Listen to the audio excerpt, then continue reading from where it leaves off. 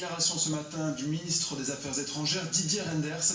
Il indique à la télévision française que les opérations antiterroristes sur le terrain sont terminées. Place maintenant à l'exploitation des données.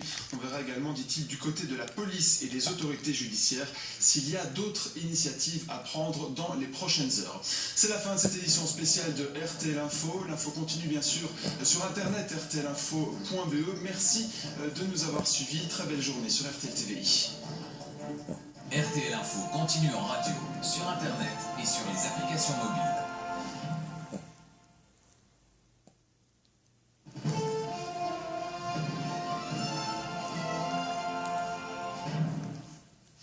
Madame, Monsieur, bonjour. Édition spéciale de RTL Info. Nous faisons le point ce matin sur les attentats déjoués par la police. Les forces spéciales ont mené 10 perquisitions hier soir, dont une a mal tourné à Verviers. Les forces de l'ordre ont dû donner l'assaut et 2 djihadistes ont été tués. François Genette.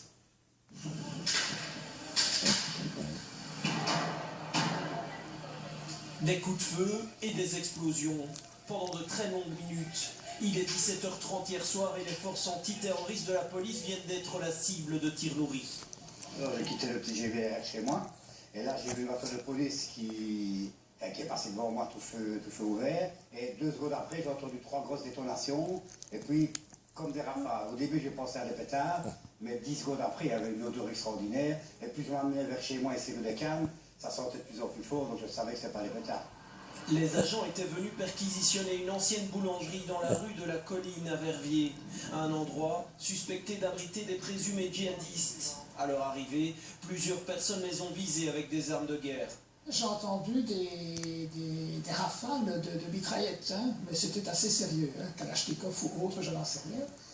Et bon, je me suis dit, faisons attention, parce que regarder comme ça, hein, ce qui se passe là-bas, ça peut être dangereux, une balle perdue peut arriver, donc de temps en temps je me cachais, de temps en temps je regardais.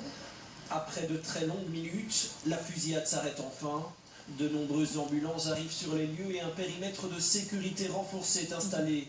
Sur place, 2 des suspects sont morts et un 3e est interpellé. Je crois que l'intervention là, elle s'est clôturée avec mort d'homme. Je veux dire, on est dans une situation quand même fort particulière. Il n'y a pas de blessés ni de tués dans les forces de l'ordre. C'est un élément aussi à relever. Selon le parquet, les 3 personnes visées par la police préparaient un attentat de grande envergure contre les forces de l'ordre. Dans la maison perquisitionnée, les agents ont d'ailleurs retrouvé 4 fusils mitrailleurs Kalachnikov, des produits destinés à fabriquer des bombes, ainsi que des vêtements policiers.